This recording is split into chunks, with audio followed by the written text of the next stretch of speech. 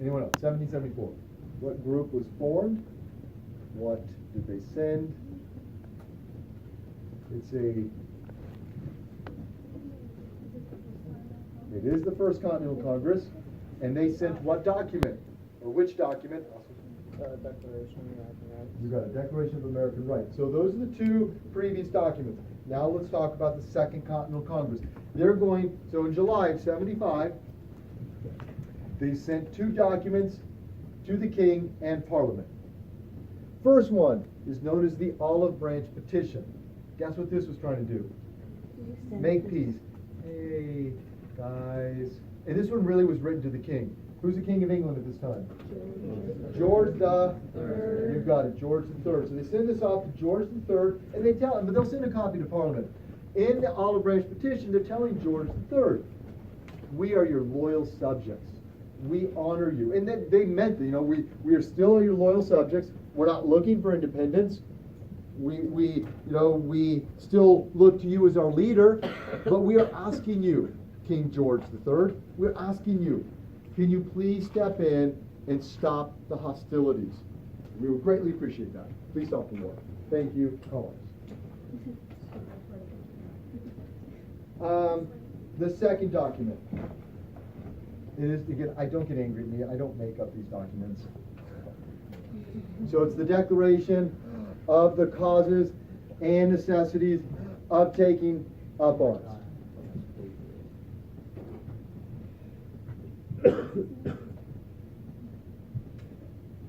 This one had a little different tone to it. It wasn't, oh, please end the hostilities, Almighty King. This one was sent to Parliament as well as the king. This one pretty much is saying, listen, we didn't start this. You did. Parliament, you started this. British military, you started this. Lexington, your fault. So first one, hey, come on, king, help us out. Second one, you started this. Who are we kidding? This is all your fault. We didn't begin this. However, we're not going to stop fighting until you stop. So if you want this to end, you've got to put your guns down first, and then we'll put ours down. But we're not stopping. So you've got to do this. This document also continues saying, hey, listen, we're not looking for independence. It's not what we're about here, but this is your fault. So then they proceeded to write down from 1763 up until 1775. These are all the things you've done wrong to us. In the last or more, got math is not my thing, so 6 million years. And so this is from 1763 forward. This is everything you've done to us that have caused problems in North America. We want to be as simple as we can. It's all your fault. Fix it. All right. So that's that document. The king, so angry when he read it, said the colonies are now this open and avowed enemy to the crown. And so it's on now. He's going to send over more troops and try to put down this rebellion that he sees happening. And this is going to take us. The Second Continental Congress, as the weeks and then months progressed through 75 and then into 76, the Second Continental Congress, every day that went by, they continued to act as the government representing the colonies. And they continue to add more responsibilities, despite the fact that nobody elected them, nobody appointed them. They're that de facto government. They're just the government because they said they were. And nobody, other than England, nobody's saying they're not.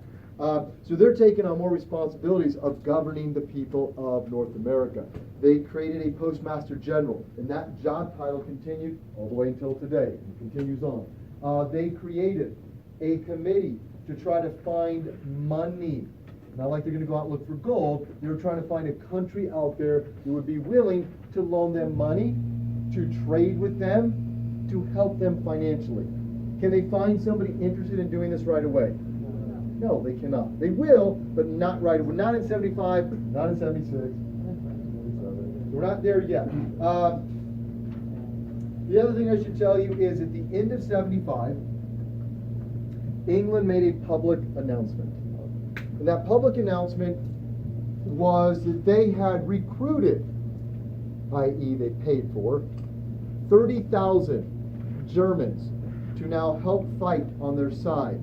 Anybody know who these Germans were? Hessians. Hessians or Hessians, if you want to pronounce it that way. These Hessians, Hessians, QRZWO, pound. I'm sorry? 30,000. Hessians. I don't think the extra ones I gave really give you any trouble there. Ends in an S. Hessians. The Hessians, they're mercenaries, hired guns. They're hired to start a war, end a war, fight in a war, kill somebody, help somebody cross the street. Whatever you hire them to do, they'll do. When you hire them though, there's a risk you take in hiring them. And that is, once you hire them, they get involved in the war, they may not listen to you ever again. They may not follow your orders. They may enter the war, they will rape, they will pillage, they will take things, and then leave when they want. So they're not the most reliable, but they were deadly, and they had a reputation. And the reputation is they don't play by anybody's rules. England is now hiring them to fight in the war. George Washington and the other colonial leaders now have to realize, well, this isn't good. This is a bad thing. So Washington tries to twist this as a positive, paint a positive light on this one, and he told his soldiers, listen, the fact that England had to hire 30,000 Hessians, what does that mean? We're really weird. We're really good. Yeah, no one's going to believe that. But you could try to make the argument, what else could it possibly mean? Don't think it from the perspective of the colonists. Step over the pond to England. What is it saying about? They could be cowards. I mean, you could say that. Hey, they're so scared. They're weaklings. But there's another reality there. What is the reality about Englishmen? They're not necessarily cowards. It's not at all what it is about. That's part of it. They don't want to do what? Not all of them, but in general, they don't want to not die. Nobody really wants to die. They don't want to what? They don't, because what kind of war is this? It's a civil war, in essence. It's British fighting British. And so a lot of calls fighting the French, I get, again, if you're French, I'm not trying to put you down anyway, I'm just saying from the English perspective, well, fighting France, well, I understand that one. We don't like France. It makes sense. But fighting us? It doesn't make sense. Can't we solve this some other way? That's part of the problem. So people don't support it. The other part of the problem is, if I was an English citizen living in England, all of a sudden you're telling me, we have to fight another war? We just finished fighting the French and the Indians. Come on, another one? We fought so many wars the last 100 years. Not me personally, because I'm not that old, but our country. That means more taxes, more young people going off to war and dying. Really doing it. So people did not support, the citizens do not support this war in general. All right, so that's going to be the Hessians. Now let's talk about this. Something your parents may tell you you lack. I don't know, maybe not. Maybe you'll have great common sense. All right, common sense. I think you all know, if I asked you, who wrote it, you would say? Thomas Paine. Excellent. As far as common sense, it was published in January of 1776. And it was written by Mr. Paine. Bring him in. Now, Thomas Paine's pamphlet. This pamphlet, more than anything else, will help change the mind of many people in North America. Not all people. Some people already made their decision. Yeah, we should go independent. His pamphlet would help convince a lot of those people undecided, like, I don't know. It's so dangerous. It's England. They're going to kill us. Read the pamphlet. Not everybody like to go, wow, that actually makes sense. Yes, I'm for independence. So, what it did is it got people to start debating the issue out in the open. And the reason his pamphlet, more than anything else, had the impact it did is because his pamphlet, the way he wrote it so people could understand it. He wrote it in common terms. If you would have gotten somebody like a John Adams, a Thomas Jefferson, a Benjamin Franklin to write this, most people wouldn't understand it. Because if you honestly listen to their speeches or read their speeches or their writings, they write so detailed, so over our heads the way we speak today. These guys, they're eloquent writers. Thomas Paine recognized we need to convince the average person. So I need to write like the average person understands. So he wrote then Common Sense. And his whole idea was, this is why we need to declare ourselves independent. So he set it out as follows. As he wrote the pamphlet, he told his readers, listen, we do not need England any longer. He admitted in his pamphlet, listen, I admit, early 1600s, colonies needed England. We needed England simply because we needed more people from England to come over and settle and create larger colonies. We needed England to protect us. We didn't have the military skills nor supplies to protect ourselves. We needed England to protect the seas around us with its mighty navy. We needed England. Once we figured out what we could grow or make in our colony, we needed England to be that constant buyer of that good. And that's fact. We needed England. So he's admitting that. Early on we needed England with its laws and customs to govern us early on, to guide us early on. However, as time went on, we know England ignored us. We know salutary neglect existed. We know that as we go through the 1600s, we as colonies, we developed our own political system. We learned how to govern ourselves. We learned how to grow all of these crops, make all these commodities, and we found people to buy them worldwide. We then found other places to buy finished goods. We established a successful trade system. We did it, not England. We, as the years went on in the 1700s, we learned how to defend ourselves, not only against Native Americans, but against the French and the Spanish, and we did it very successfully. We don't need them any longer.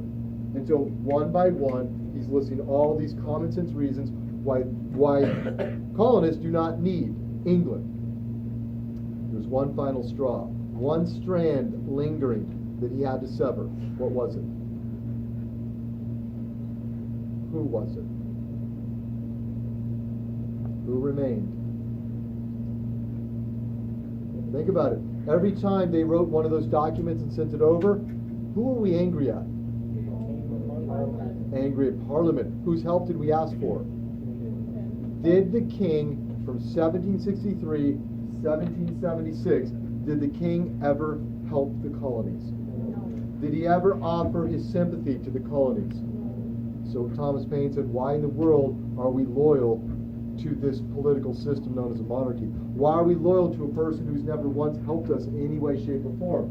And he said, let's sever this tie. We don't need a king anymore. We're doing just fine without him. And so a lot of people read and said, oh, this is awesome. This makes sense to me. And so it doesn't mean January 76 that everybody said, yes, let's go independent, but they began that debate. Thomas Paine, when he published his Common Sense, his pamphlet, he never put his name on it to begin with. Why? He liked being amongst the living. It's treasonous what he's calling for, and so he doesn't put his name on it initially.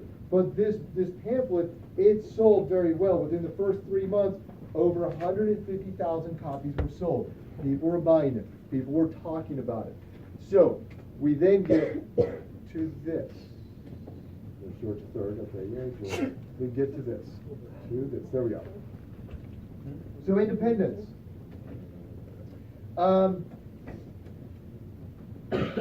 June 7th, 1776. June 7th, 1776. Basically what's going to happen is a man by the name of Richard Henry Lee is going to stand up in the Second Continental Congress, and he is going to say, I vote that we open up the floor for a debate on independence. So it began. Because prior to this, people are having their own side conversations, but the Second Continental Congress as a group, they've not talked about this. They've not debated it. So June 7th, it began. And they began to debate whether they should go independent or not, or claim independence. So, when will they take the vote and vote in favor of independence? When does that happen? Anybody? Canolo? Excellent. Well done.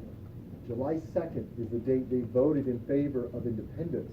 So what day do they sign said Declaration of Independence? July 3rd? July 4th? I know, but that, okay. All right. I was doing the day before. It is not July 4th. They did not, nobody signed the Declaration of Independence until August 2nd, the day that we celebrate our independence, right? Yeah. Doesn't make sense. So let me reiterate. June 7th, they call for debate.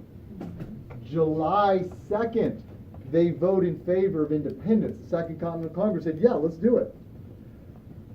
Basically, July 4th, what it represented is Thomas Jefferson had finished writing the Declaration.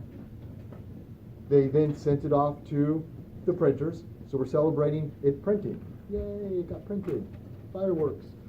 It was also the day where the Second Continental Congress announced to the public, yes, 2 days ago, we voted for independence. And so most people, now, a lot of people at the time in 1776, they assumed that if this actually worked, if they won their independence, most people assumed that July 2nd, 1776 would be the day that we would celebrate forever and ever. For example, let me read you John Adams's word.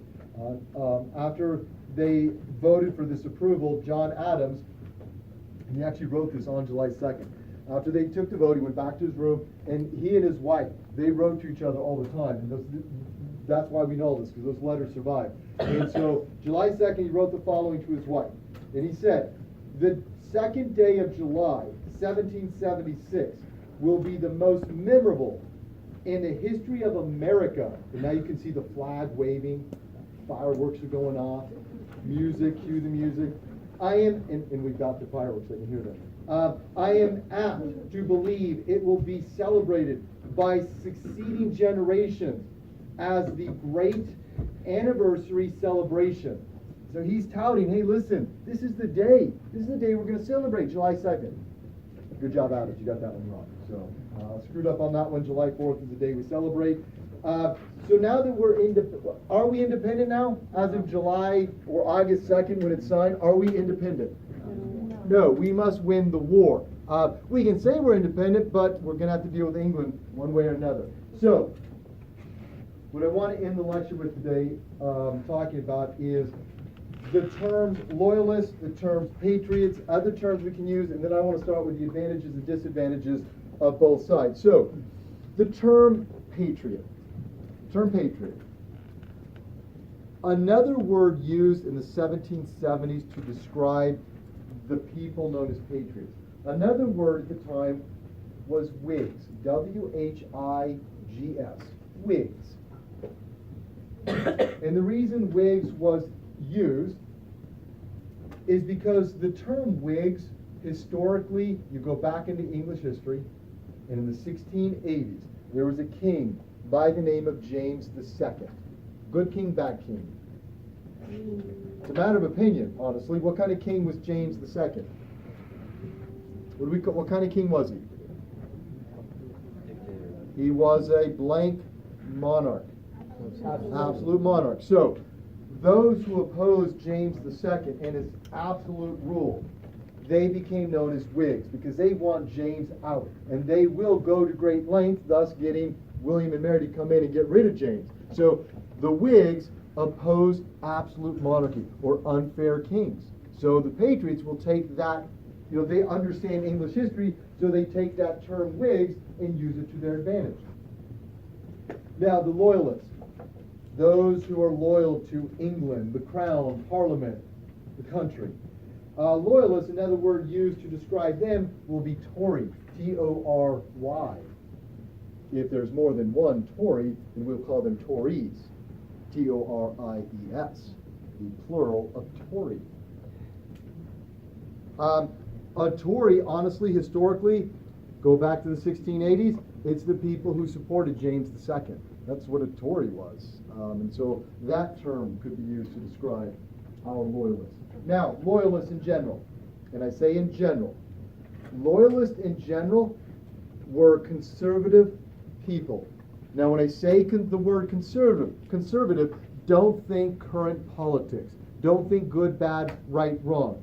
Conservatives, in general, at this time in history, they are people who accept their tradition, their way of life, their norms as appropriate.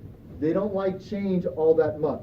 Conservatives, they like the way things were and are in their lives. They don't want to change anything. And so, loyalists, they like and appreciate the traditions and customs they had with England. They want to maintain that. They don't want to change anything. Because right now, arguably, they're probably succeeding in this situation. Because most loyalists, honestly, were wealthy people. They're wealthy people. And chances are many of them were born in England. And so they had that strong connection to English customs and traditions. All right, let's talk about advantages and disadvantages. And to do that, I will start with England. And we'll finish tomorrow talking about America. Or, now we can call them the Americans, we can call them the United States. So advantages and disadvantages. For the British, first one, 11 million people. 11 million people. That's a lot of people. Can you rely on all of them to go fight for you? Not at all. You're not going to send the elderly, not going to send little babies over to kill people. And so you can, however, 11 million people, you can rely on a good portion of that population to pay taxes, to sew uniforms, to raise donations, to help in the war effort. They may not all be war-aged men, but they can help in the war effort somehow. So 11 million for Great Britain. Another advantage or disadvantage. And maybe I told you this already. About 1/5 of the population in North America, 1/5 would be considered loyalists. There's no way to get an exact number on that one, but about 1/5 of the North American British population would be considered loyalists. The British had the world's largest navy. There's really no question on that one at this time. In 1775 and 6, they had the world's largest navy. A huge advantage. But I could turn that and say, well, it's kind of a disadvantage too. How so? How could that be considered a disadvantage, Austin? Because they're not fighting in the water, they're mostly fighting on land. Precisely. United States of America, at this time, do we have a large navy? Okay? Do we have a navy? Not much. A couple rowboats here and take a couple merchant ships. And really, we'll start accumulating one, but nothing impressive. So it's not going to be a huge naval battle between us and England. England will use most of their ships during the duration of the war to do what? What are they doing with their ships? Okay, good. Transportation. Transporting troops, transporting goods. Blockade. They will try to blockade the major ports to keep Americans from getting any goods, supplies, money from anybody else. They can't blockade every single port in America, but they'll try. Herein lies the problem, though. As the war continued on, and other European countries joined in the war on our side, not theirs, England recognized we can't have as many ships over there because the countries we're fighting in Europe, they have big boy navies. They're not like America has no navy. They have real navies. We need the ships over here. That will change the whole course of the war right there. All right, other advantages and disadvantages. We know that England had to recruit the 30,000 Hessians. It shows that the people in England do not support the war in great measures. And I think that's about all I want to say about England. Tomorrow we'll talk about the Patriots, and we'll finish off the war itself. Anybody have any questions, comments? All right, I'm done for the day. Boy, next time, don't squeeze each other.